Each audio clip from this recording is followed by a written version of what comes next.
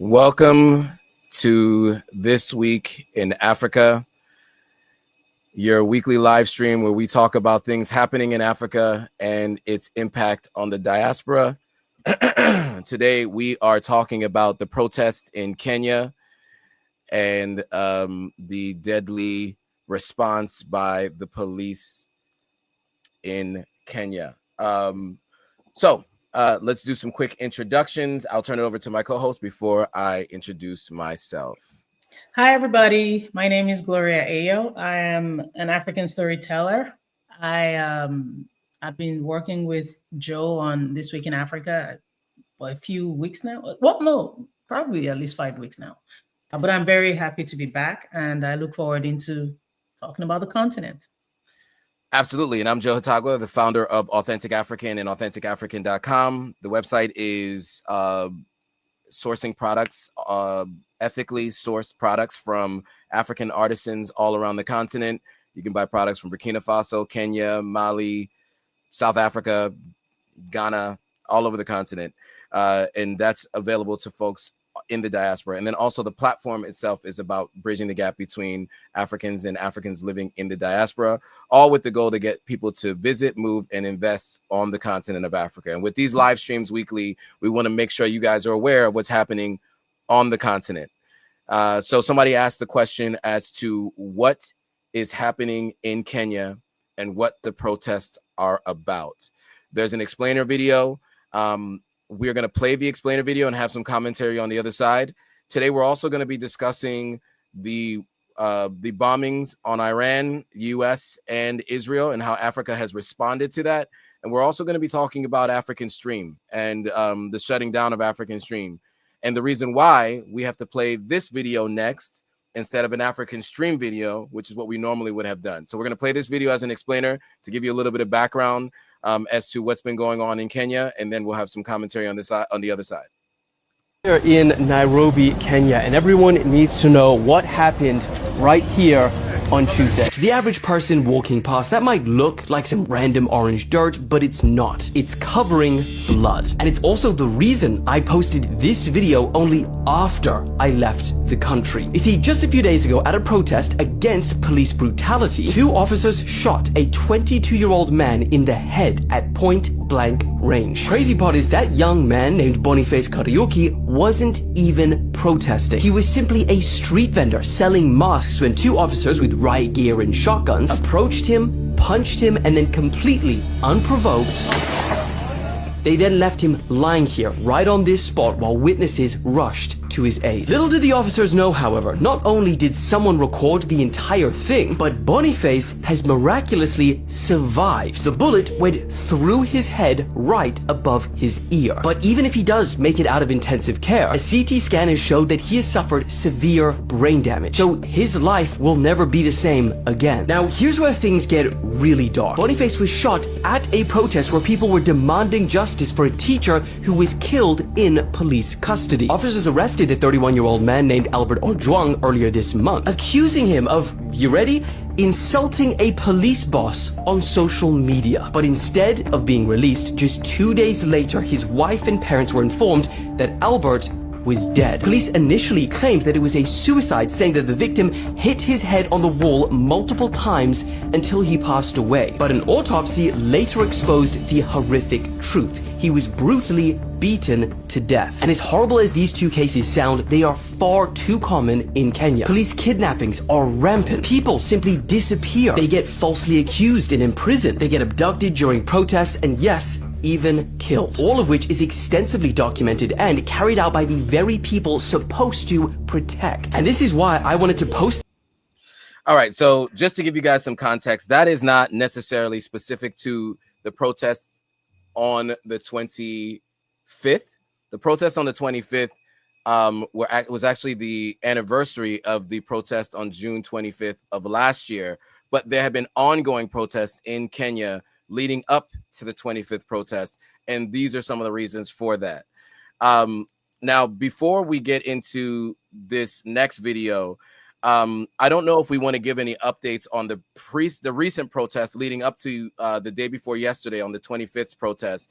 Gloria, I know you and I had spoken about what had happened This video kind of re-explains that, but it gives everybody a little bit of context as to how the police have been dealing with civilians and protesters leading up into what happened on the 25th the other day.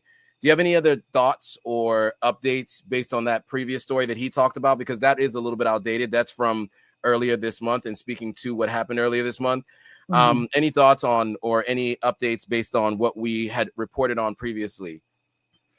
Yeah, so Albert Ojwang, the blogger who had been unalived in prison, was the reason this protest started to begin with.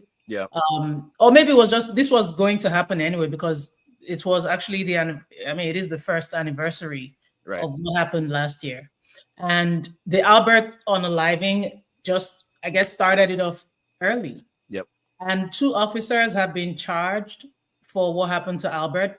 As they should have been the whole time. It took protests for that to happen. It took a street vendor being attacked, nearly unalived, for that to happen. Actually, the aim, it seems, was to unalive that man, a random vendor, and of course, it took the youth speaking up. So as far as the updates on that, the 2 officers have been charged, and the youth currently are fighting for them. They're fighting for their lives, as it were, in Kenya. And at least 16 people have been unalived. Now, when you have confirmed cases of unalivements, it's usually more than that. So far, it's been at least 16 people. No thanks to the police. Yes. And hundreds have been injured. Sorry, go ahead. Yes, no worries. And I think that's really important to have that kind of context to understand what's been going on so far this month, right? In terms of the protests that have been going on. Now leading up to the 25th. So as you mentioned, all of this month up to the 25th, there had been protests. Now the 25th was actually the anniversary of the protests last year, where 2 people had been shot and experienced loss of life by the police. Several others were injured. Sorry, excuse me. That's incorrect. I'm talking about, last year was 60 people, as you mentioned. 20 are actually still missing from last year's protest. So still to this day, 20 are still missing. 60 were unalived during last year's protest, and they were protests against they were anti-tax demonstrations against a tax bill that was coming, and it was all around the time that the president had taken a flight that was worth like $2 million, where it could have been a fraction of the price, and all these things just kind of were bubbling to the surface.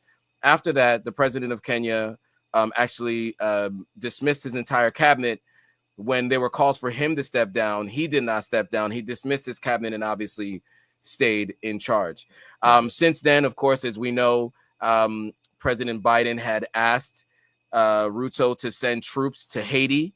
So we talked about this a few weeks ago. Not troops, sorry, police. So these same police, right, who operate in this way have now been sent to Haiti as well. So many of them were in Haiti to quote unquote bring the situation under control in Haiti. So this just gives you a little bit of context as to what the people in the streets are dealing with in Kenya.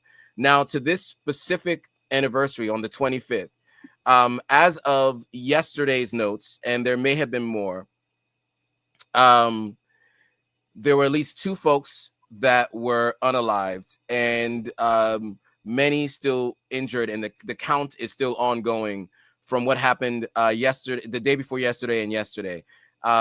So protesters clashed with police who fired tear gas and live rounds to disperse the crowds. So this happened in Nairobi, of course. And as I mentioned, over 60 people were unalived the year before.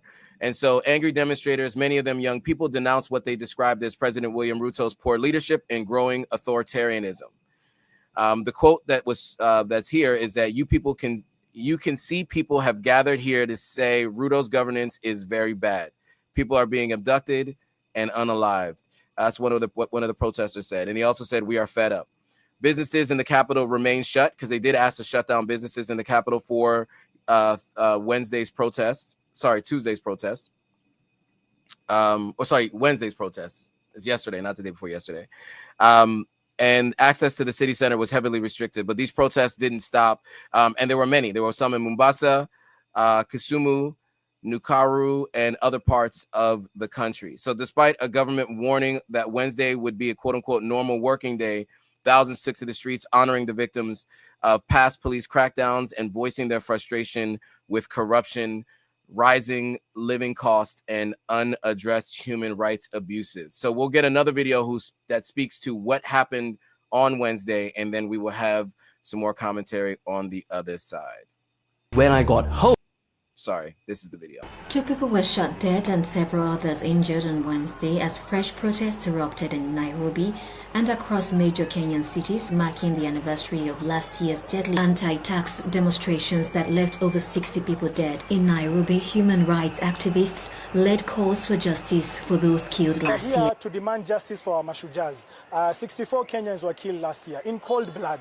Up to this point in time, not a single officer has been held to account. So we are here to demand justice. Justice in terms of compensation, justice in terms of arrest of those officers who are involved, justice in terms of police reforms, because too many Kenyans are losing their lives in the hands of the police. So we want justice for everyone so that we can move forward. Angry protesters, many of them young people, denounced what they described as President William Ruto's poor leadership and growing authoritarianism.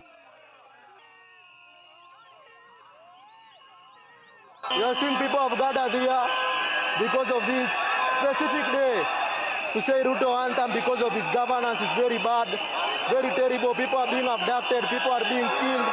We just want to say we are fed up as the youth. Majority are the youth. The police have started using force and it's very bad at this rate. We don't want him anymore. The protests have spread to Mombasa, Kisumu, Nakuru and Yahururu. Despite a government warning that Wednesday was a normal working day, thousands took to the streets honoring victims of past police crackdowns and voicing their frustrations with corruption, rising living costs and unaddressed human rights abuses. And just one point of correction, I said the day before yesterday because I'm getting my days mixed up. It was literally yesterday, June 25th. This is Thursday, June 26th. This was yesterday, June 25th. So this is breaking news, which is why we are talking about it today. We had planned to have another story be the headline story, but what's happened since yesterday has been nothing short of an atrocity, and we just want to make sure we speak about it. So with that, Gloria, I'd love to hear your thoughts on the protest yesterday and the subsequent unalivings of people due to the police actions. Extremely heartbreaking. I felt like that first video. Okay, I think Gloria's having some connection issues. So she'll be back in a moment. In the meantime, I will just give some additional thoughts. The real sources in the building. Maybe I'll just shout out some people. So there was a couple people asking what the reason for the protest was, and I think I hope that we've answered that question, right? You know, let me bring Gloria off stage for a second so she can get her connection back, and then she'll be back on shortly. So, you know, what we're seeing here is what many people are calling bad governance, right? I mean, the way that these police were handling things, you saw that first video. We opened with that video so you can actually see in real time what is happening. So not only did the police officer shoot that person at almost point blank range, there was another person running away and that police officer went after him. Now, remember the other video we showed where the gentleman that was a street vendor, he was selling masks. He was unalived and shot by a police officer at point blank range. And so, you know, as I mentioned, these are the same police that are quote unquote policing or fixing the problem in Haiti that have been basically terrorizing the people of Nairobi and other parts of Kenya. Now, this isn't a deterrent for people who want to move to Kenya, because I know people who've moved to Kenya recently and they haven't taken part in the protests. So they haven't had the fear of any kind of retaliation or anything happening to them. But the folks that I know who work at African Stream, they had been in the protest last year. And if you guys remember last year, we had William on, who is one of the former reporters who was always on the ground there, who was tear gassed and shot at last year's protest. So if you guys want to see that interview and hear what his experience was like, you can go back and look at the last year's interview. But it is basically deja vu. It's the same thing happening all over again. I have to commend the youth of Kenya, the young people in Kenya, for continuing to stand up, knowing that their lives are at risk, knowing that there's a potential for them being unalived by the police. I think it's really, really important to give them credit and to, you know, keep them in your hearts, your thoughts, if you pray in your prayers, because, you know, they're fighting for what they feel is what's right. And, you know, they basically are being shot at with no real rhyme or reason.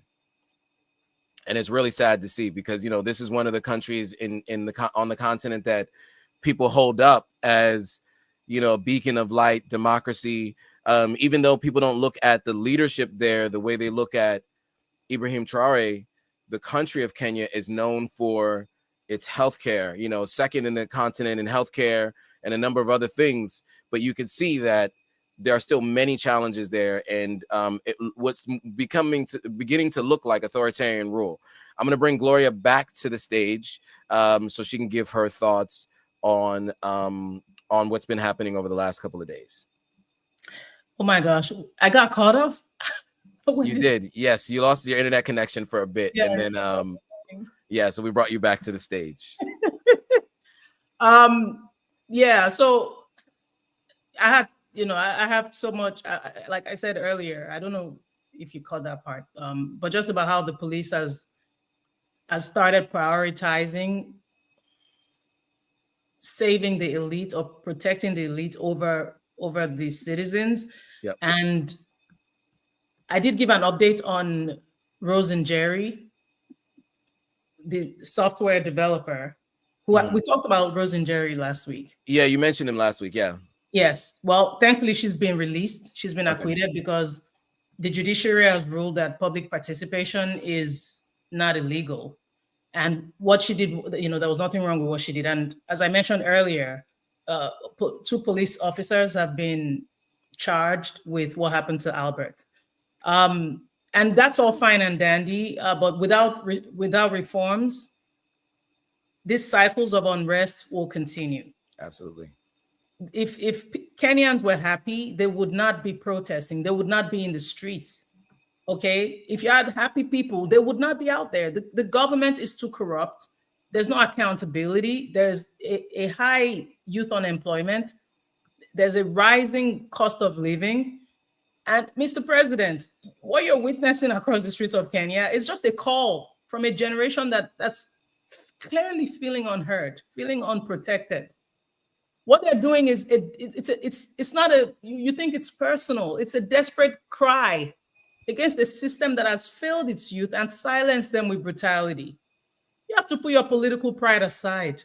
How about your morality? You know, now your leadership is no longer being judged by promises that you make in speeches, but it's now by the courage to act when it matters most. And it's so bad that now they don't even want you to fix it. They want you to leave. That's what it's come down to. Last year, Ruto Must Go kept trending. It's trending again. Mm-hmm. The blood of these young Kenyans that have spilled on the same soil that their forefathers fought to liberate is in your hands. All we need is for you to be accountable. Using low-level officers to keep doing your beating, I mean, everybody can see through all that. The architects behind this repression, they have to be named. The policies that keep feeding this cycle has to end. The people, again, would prefer that you step down, but if you can at least open your ears to the streets, you see that Kenya is standing at a crossroads. You know, whatever you do next is going to shape the soul of this republic. Absolutely. Well put. Yeah, I have nothing else to add beyond that. I think, you know, look, we will continue to keep you all updated on what's happening on the ground as much as we can. And if I can, you know, by next week's live stream, we will try to see what we can do to talk to some of the folks who formerly of our African Stream who live in Nairobi, because I'm sure they were at the protests once again this year, and we want to get firsthand accounts from those folks. Now, to the point that I had made earlier about the reason why we had to use that TikToker's video as an explainer for what's been happening. We mentioned to you guys before that African Stream has shut down for good. I went live on Monday to talk about it, but I thought we should also cover it here for those of you guys who weren't on the live stream on Monday and didn't get a chance to hear about it. We did want to talk about African Stream and what happened. So, you know, I would give you an introduction to African Stream, but I'll leave it to Ahmed Kabalo, the CEO, in this video. He does a great explanation. So we will just play this video and give you guys some commentary on the other side. I'm very sorry to announce that African Stream is closing down. I know this will be disappointing to many of you who have supported us from the beginning. It's disappointing to us too. We made a genuine effort to continue after the attacks by the US State Department last September, but unfortunately we couldn't.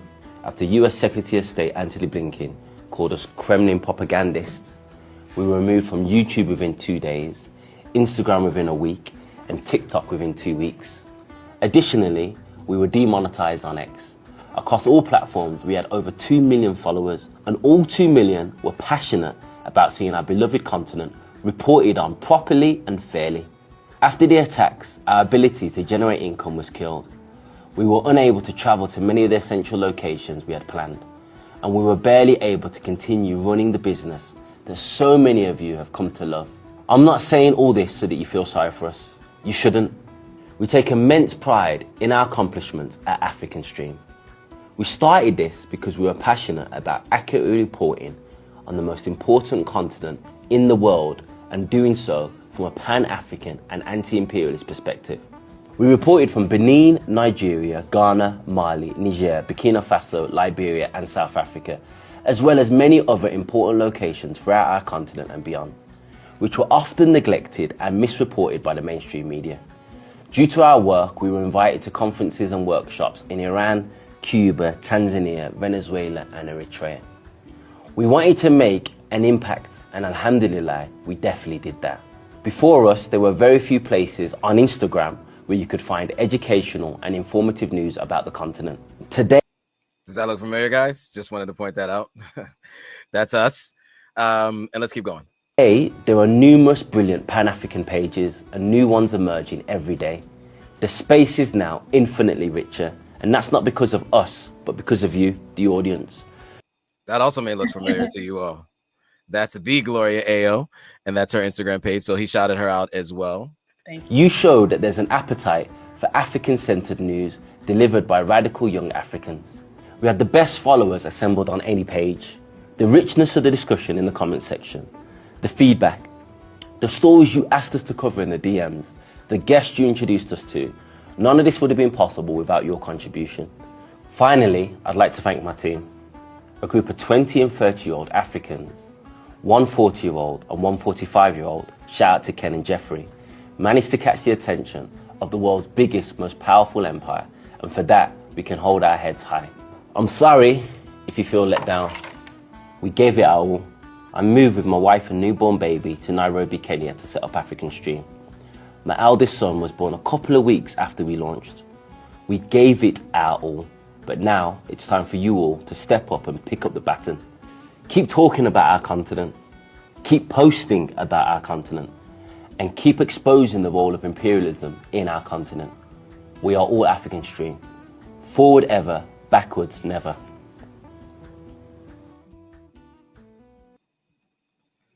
And that, guys, was the official last video. There are still some content that they have done, but yeah,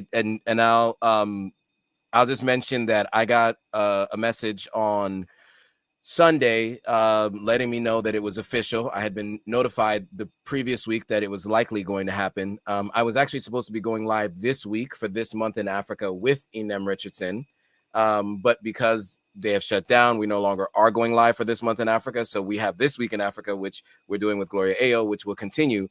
But Gloria, I mean, what are your thoughts on what happened with African Stream And how did you become aware of African Stream to begin with? I guess that's my question, because I always wonder how people, how does it come into their orbit?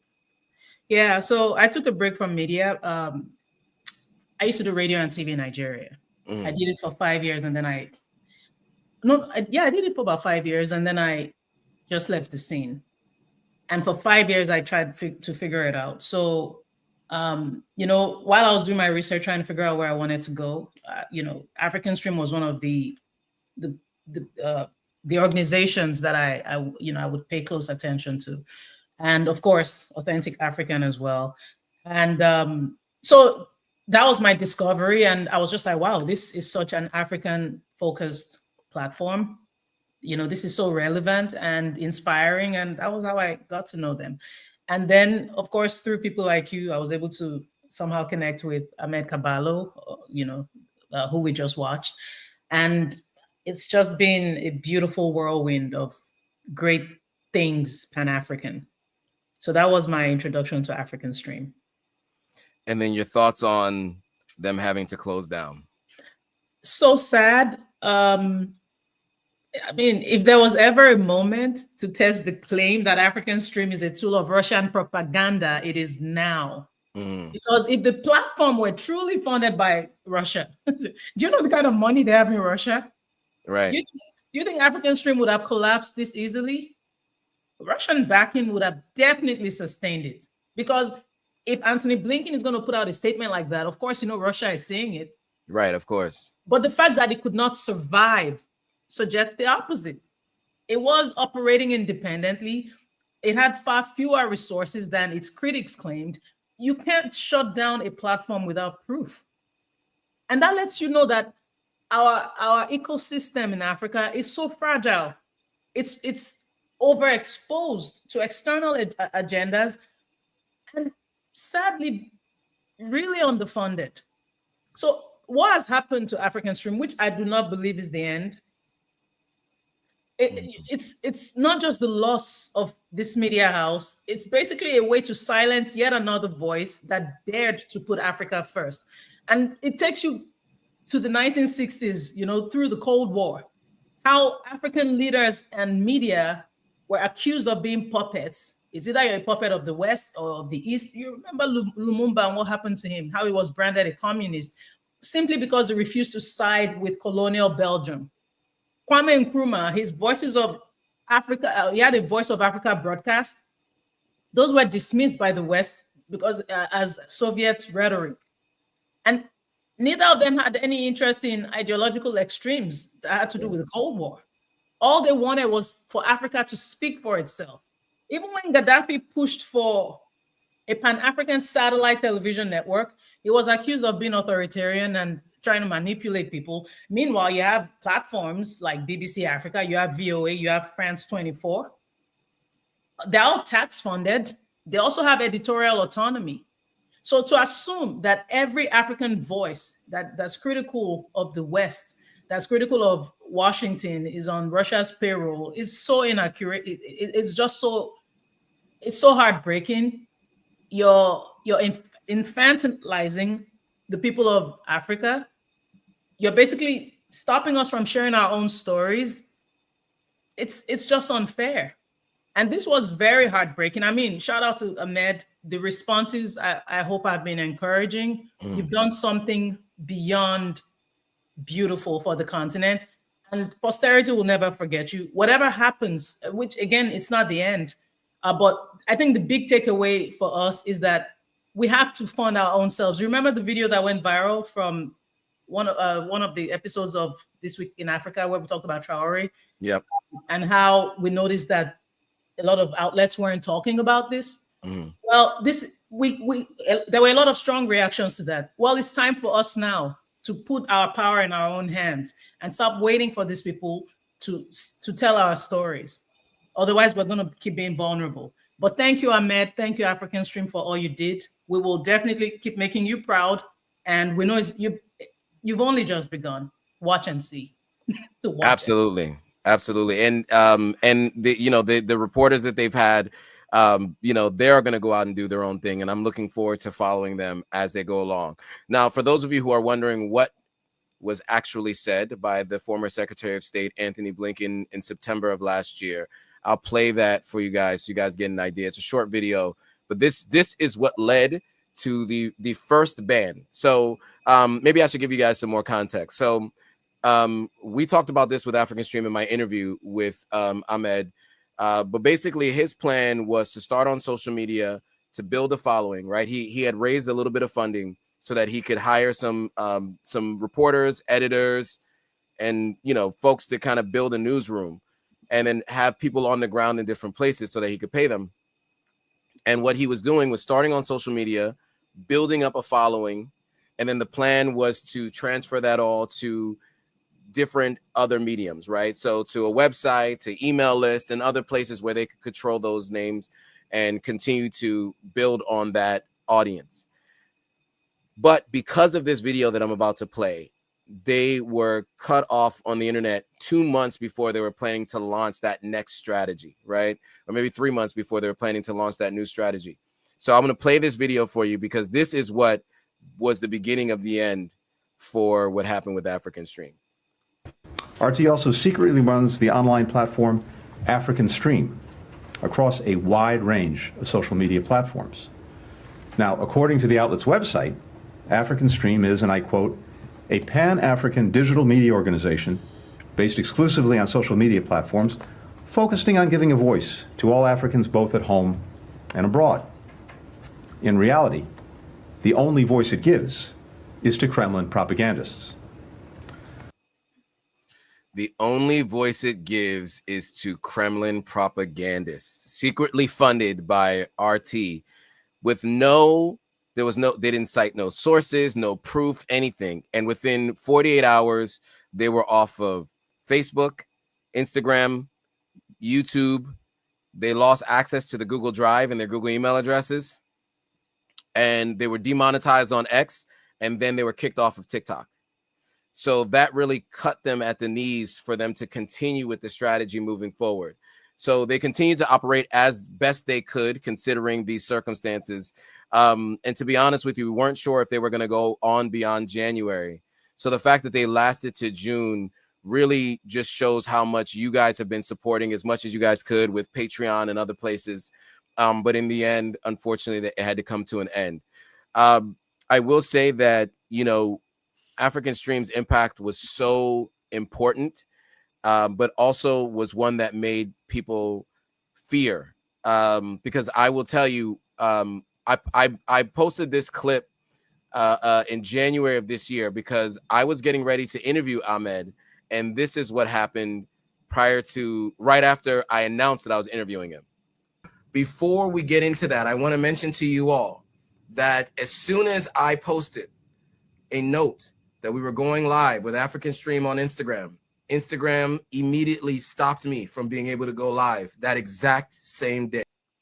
Now, that was in January. Luckily, I was able to refute it and go back live on Instagram, which is why we're live on Instagram right now. But you guys might remember 3 times I've been stopped from being able to go live on Instagram, and that's been because of my association with African Stream. If you notice that sometimes if you like a post or if you want to reshare a post of mine, or if anybody wants to do a collaboration with me, sometimes it's on, sometimes it's off, but it'll say something along the lines that Authentic African shares unverified posts or something along those lines, misinformation.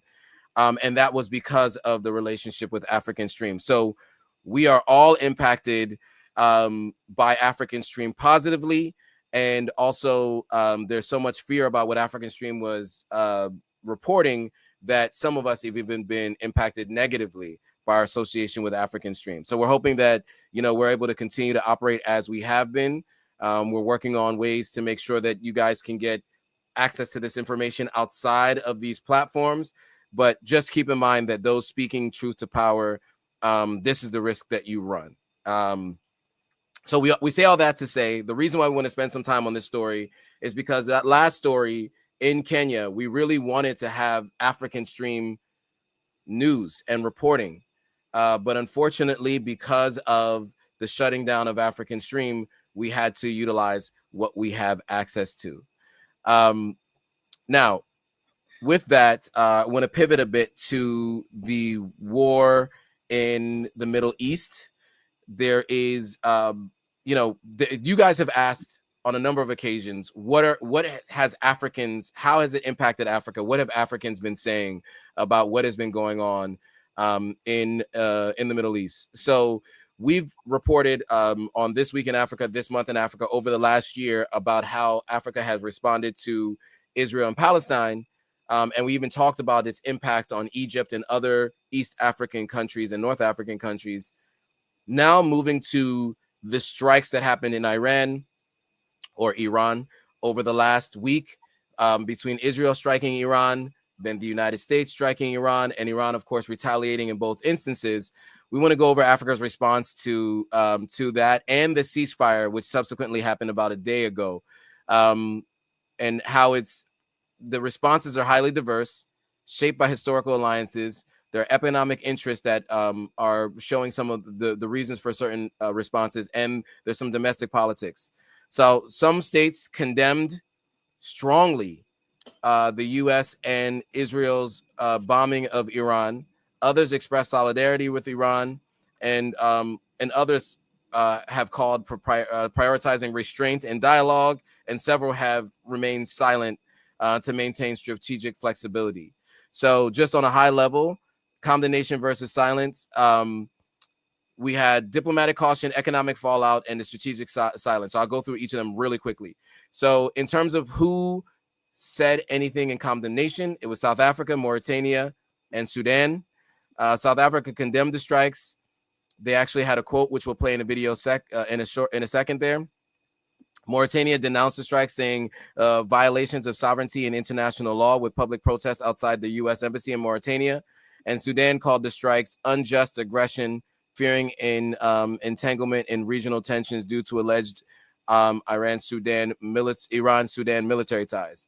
Now, in terms of those who called for restraint in diplomatic engagement, so they were a little bit like on the fence: Egypt, Kenya, Nigeria, Benin, the African Union. So Egypt welcomed a ceasefire. They said, we're very pleased that there was a ceasefire. African Union said it's a serious threat to global peace and urging maximum restraint. The AU Commission expresses grave concern over the escalation in the Middle East. That was their response. Kenya and Nigeria both had neutral statements advocating for dialogue between the two. Benin's warned of global security risks. And then strategic silence.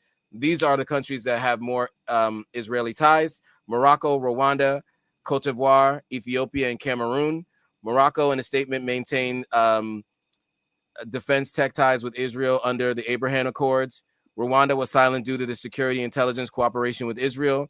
Others, Ethiopia and Cameroon, avoided criticism to protect ties. It was basically saying they were looking for pragmatic neutrality. So the silence balances strategic partnerships with Western allies while avoiding backlash from pro-Palestine African/Middle Eastern blocs. So really quickly on the economic and social repercussions before we get into this video. Number one, Egypt lost 800 million cubic feet per day of Israeli gas and was forced into emergency industrial cuts. Nigeria fuel prices did spike about 900 naira per liter. That's about 58 cents in the oil market. And then Mauritania saw protests, as we mentioned. Now, I gave you that long background before we get into some of these videos, because videos are short, don't speak a lot about the impact, and want to make sure you guys understood what that impact looked like. So before we get into that, there was a question here about African Stream, and I wanted to get back to that before we get into this video. Is Fanbase an option for African Stream? All the African-American platforms not an option anymore? I'm just wondering what alternatives are outside of these. So really quickly, to answer that question, before we move on, with African Stream, all of these options were options. The question is, are they enough to be able to continue to monetize and to be able to pay employees? This question came up a lot on Monday. So African Stream was operating based on the revenue generated from the advertising they were doing on the social media platforms as they were planning to transition to building a structural business outside of social media. And so people ask, what about Fanbase? What about Patreon? What about Discord? All of those things were either attempted and or looked at, but in terms of being able to continue operations with editors, with social media editors, and with actual editors of the, the bylines, etc., like a real newsroom, and to be able to pay journalists, that was not enough to keep that operation going. There needed to be other investment, and unfortunately, African Stream was not ideal for many investors because of how they were described by Anthony Blinkin in the video I shared before. Long soliloquy, wanted to make sure I mentioned that because that question keeps coming up about African Stream, and since we talked about it and that question came up a little bit late, I wanted to mention that. I do want to get into this video really quickly, unless you have anything, Gloria, to add before we get into this video. I have nothing else to add. Okay, so we'll get into this video quickly. Now we're going back to the responses from the continent of Africa to the strikes by Israel and the United States and the impact it's had on the continent. Thank you for staying with us. My name is Kelly Boss. I'm here for Business at One.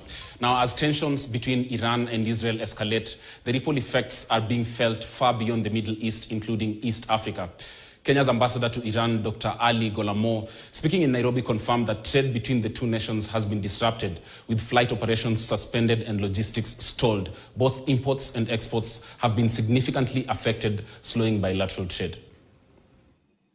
Between Iran and Kenya and the impact of this act of aggression against my country, it is very obvious that it has a very heavy negative impact, not only on the trade between Iran and Kenya, but also between Iran and other countries.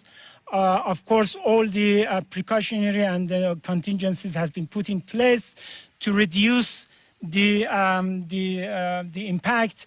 But now there is no flight between two countries, and our businessmen are here based in Kenya for exporting, as you mentioned, meat to Iran. There is no flight, and then meat cannot be exported, and all the producers and exporters of meat in Kenya are heavily impacted since they have lost their opportunity to export and to make income and to keep their business alive.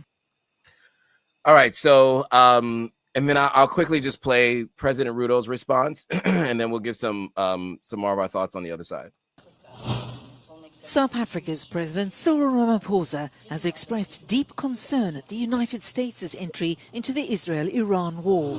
His comments come after Washington joined Israel's bombing campaign of Iranian nuclear sites on Sunday. Ramaphosa urged the US, Israel and Iran to give the United Nations the opportunity and space to find a peaceful resolution to the conflict. All right, so with that, your thoughts on Africa's responses across the board to what's been going on with the U.S. and Israel with Iran? Right. Well, we've seen Africans divided, and obviously African leaders, some calling out, Israel, some just asking for peace and, conversations to be had. Africa has always been in this tug of war between these Middle Eastern rivalries. During the Cold War, when African states had just gained independence, they were often pressured to either support the West, and if you're supporting the West, you're also supporting Israel's stances, or you're supporting the Soviet bloc. So at some point in 1973, Arab states even threatened embargoes against countries that had relations with Israel. So Africa was, some African states decided to go against Israel because of that. But anyway, looking at the economics, oil prices have now risen. Many African countries have to deal with this. And these are countries that are still recovering from COVID-19.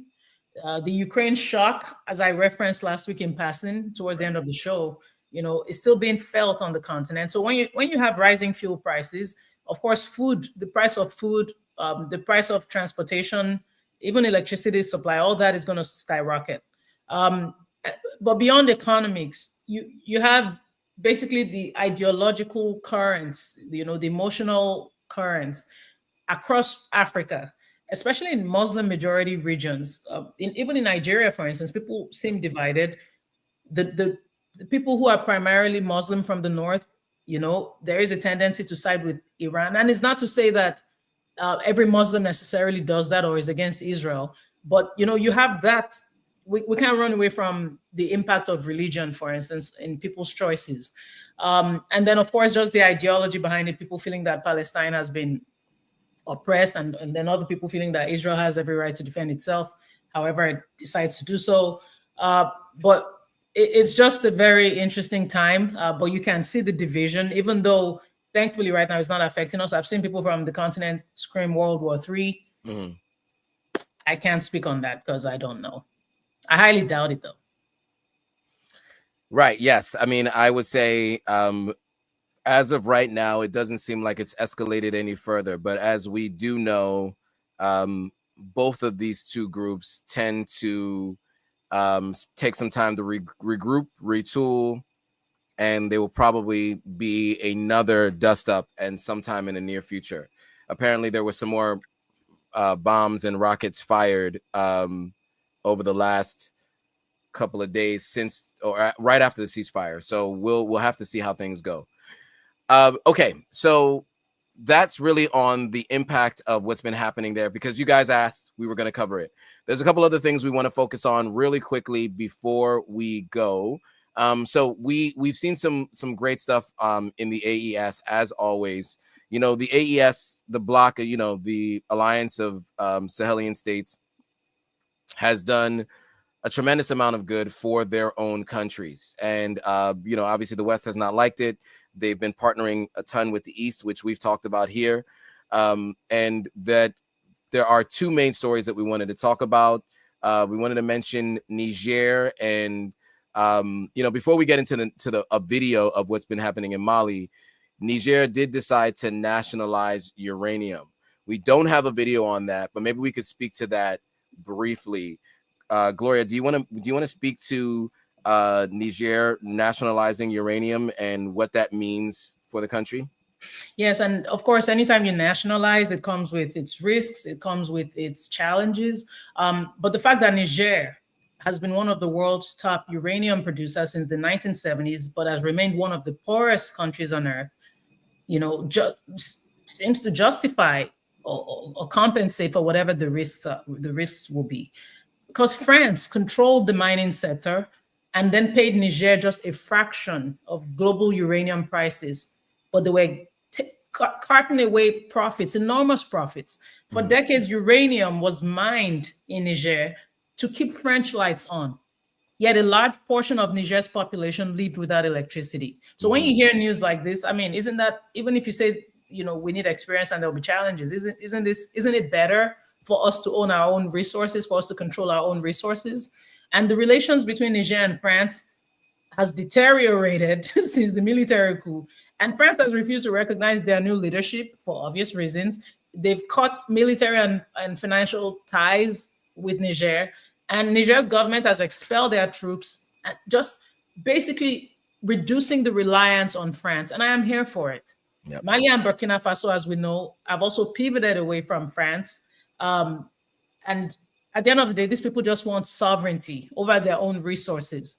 But I will say to the Nigerian government, the true measure of this decision will be whether Niger's people finally see this wealth from uranium translate into roads, into schools, into hospitals, into electricity. That will be the ultimate test. Well put. Yeah. And I think I'll just add briefly, we've talked about this on many occasions, but just for those of you who aren't aware, the reason why things happen the way they do is in Africa right now, most of the natural resources are mined from the continent and refined outside the continent, then sold back to people on the continent at international prices. So oil from Nigeria, what for a long time was refined elsewhere, sold back. Uranium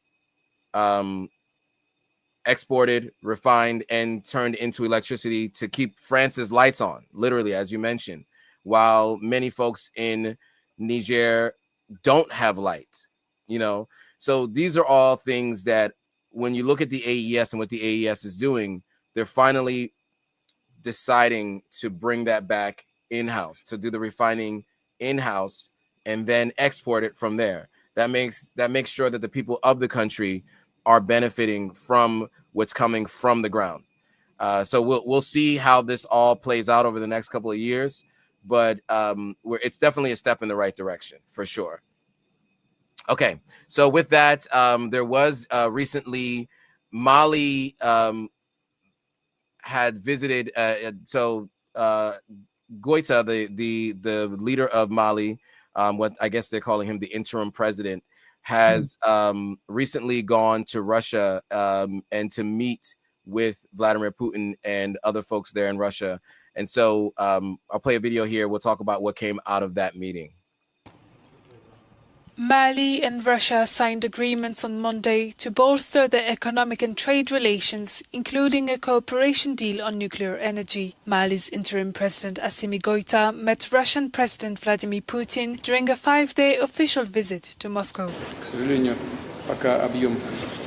Unfortunately, the volume of turnover between our countries is still very modest. But firstly, it has a good tendency to grow. Secondly, what is important is that there is a good direction for promising cooperation. This is about geological exploration, development of natural resources. This is about energy, about logistics, and the humanitarian areas which I just mentioned. Goïta's visit to Moscow comes shortly after Russian paramilitary group Wagner left Mali. It was replaced by the Africa Corps, an organization managed by the Russian government. Countries of the Alliance of Sahel states have increasingly turned to Russia to fight jihadist groups. Attacks against military facilities have intensified in Mali in recent weeks.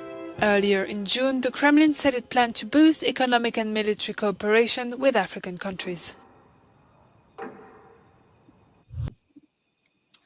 Thoughts on Mali and Russia's nuclear deal, the MOU that was signed? Yep, of course, you see this country is pivoting to Russia. And again, like I stated earlier, it's usually the story of the East versus the West. Who are you aligned with and who are you not?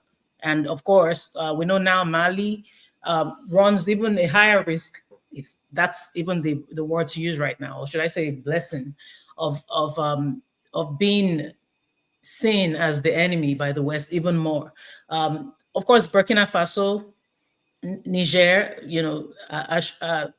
aligning more closely with Russia. And as we've referenced before, regardless of whatever sentiments are around Russia, at the end of the day, they've shown that they're more respectful partners. At least that's what we see. Yeah. They seem to be more respectful of them. And so more power, I guess, because a partnership with Africa is huge for any region of the world. And since the West has chosen to not respect Africa's autonomy, these are the kinds of results you'll keep getting.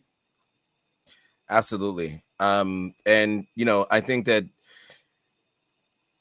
you said it all. I mean, the reason why they're going to the West is because the East, it feels like the West hasn't respected them, right? There's been NGOs, money given, but all with contingencies, right? What you find with Russia and China when they do business in Africa is they never try to change the culture of the people, and they look at them as equal trading partners. They'll still have an advantage in the deals that they do because the bigger company always has an advantage over the smaller company, or in this case, country. When you're negotiating with someone, it's almost always that way. But at the very least, they are talked to like they are equals. You notice that Goïta met directly with Putin. Many times when African leaders come to the United States, they do not meet directly with the president. Some do, not all. Many meet with the Secretary of State. When you are respected as a country, your Secretary of State meets the other Secretary of State, or your, the Minister of, I can't remember what you usually call it, but like your Ministry of Foreign Affairs, right? That person usually meets with America's Secretary of State. The United States, in many cases, has that Secretary of State meet with the president of another country, which basically shows a level of disrespect, not seeing you as worthy enough to meet with the head of state of the United States. But you see, when there's pomp and circumstance, there is, big deals made of meeting with every single African leader that happens in Russia and in China. And I think that speaks a lot to why you find these African leaders spending so much time and looking towards, building partnerships in the East. instead of in the West. Now, there were some stories from around the continent that we did want to touch on briefly. I know that we are running out of time, so I do want to just maybe mention some headlines and get your thoughts. The Netherlands returned 119 artifacts looted from Nigeria. Any additional thoughts you want to mention on this? Thank you, Netherlands. Bring them all. Keep bringing them. We need them all, not just Nigeria, but all the countries, even outside of Africa, that you have their stuff. Let's keep the energy. Keep returning them. That's all I have to say on that. Absolutely. And a link to a video is going to be in the description if you guys want to check out more of that story. ECOWAS, from your country to mine. So the new chairman of ECOWAS is Dr. Julius Maada Bio, the president of Sierra Leone. Formerly, the chairman was Tinubu, the president of Nigeria. Any thoughts or anything you want to add to that? Hopefully we can get more unity for ECOWAS, because we've seen a huge division. There's been a lot of fracture, obviously with what's been going on with the AES. So hopefully this man echoes the ECOWAS. He echoes the approach of Mahama from Ghana, President Mahama, and just looks into diplomacy and uniting ECOWAS. I wish them the best of luck. That is all I will say. Moving on. Lastly, well, a couple things. So okay, I'll mention this. This is not something you and I spoke about, but it just happened. Ugandan-born Zora Mamdani declares victory in New York Democratic mayoral primary. The 33-year-old Democrat defeated former New York Governor Andrew Cuomo. So a Ugandan-born Palestinian won the primaries. Doesn't mean he's going to be mayor of New York City, but he won the primaries, the Democratic primaries in New York City. This is by the way, he won by a lot. It was a landslide victory in the primaries. So I don't know if you've been paying attention to this. I know you are in the South, so you weren't voting in this election. I did vote in the primaries. I'm not going to say who I voted for, but I voted in the primaries. But I don't know. This seems to be nationwide news. I don't know if you're familiar, but I thought I'd mention it. I did see the headline and I was very excited for Africa. I like the representation. There it is. I think his parents were in the United Nations, so he moved around the continent a lot, but he was born in Uganda, Palestinian. So there's multiple connections. We claim him. Yes. Couple of real quick headlines before we go. There was some more. So the Wagner Group, but it's spelled W-A-G-N-A-R. But if you're German, they say W with a V. Any thoughts on the war crimes accusation with the Wagner Group and what this means? Yep. So they've been accused of committing war crimes. Excuse me, in West Africa, specifically in AES or among the AES countries. They were accused of sharing graphic social media content that showed like torture and a lot of horrific stuff, allegedly. So the ICC is now reviewing this, but I guess I have no thoughts on this until I see more evidence. Absolutely. All right, cool. So I know that there are new people joining, and unfortunately we have to go. But I want to say, first of all, thank you guys for joining us and bearing with us through the technical difficulties today and last week. We cannot control the technology. We can only control ourselves, right? It was me today. Yes. And it's been me on many occasions when I'm on the continent. So, we will bear with us as we deal with these technical difficulties, but we're happy to bring this news to you. And in some cases saddened by some of the news, but we just want to make sure that you guys are aware. So every week, join us at this new time, 10 a.m. Eastern Standard Time. Make sure you follow and subscribe to all the platforms. You have the Gloria Ayo spelled right there on your screen. For me, it's Authentic African across all platforms. So different iterations on different platforms because the name was taken, but just look for Authentic African. The logo you see on the upper right-hand corner of your screen. Make sure you share this with anybody who's planning to move to the continent, who's thinking about living on the continent or visiting the continent and wants news about the continent. So this person said we never talked about Kenya. We did. The whole first block was about Kenya. So go back and watch the very beginning. You said why the title. It is at the very beginning. We actually opened it up with Kenya. So in case you missed it, you can start the live stream all over again. It will be set up as a video on live, so you can check that out. Unfortunately, Okimute, we have to go. So we will just go back and watch it from the beginning. And the real source mentioned, yes, Kenya was first and when we started. All right, guys. So thanks again for watching. We will see you guys all next week. Bye-bye. Bye, guys.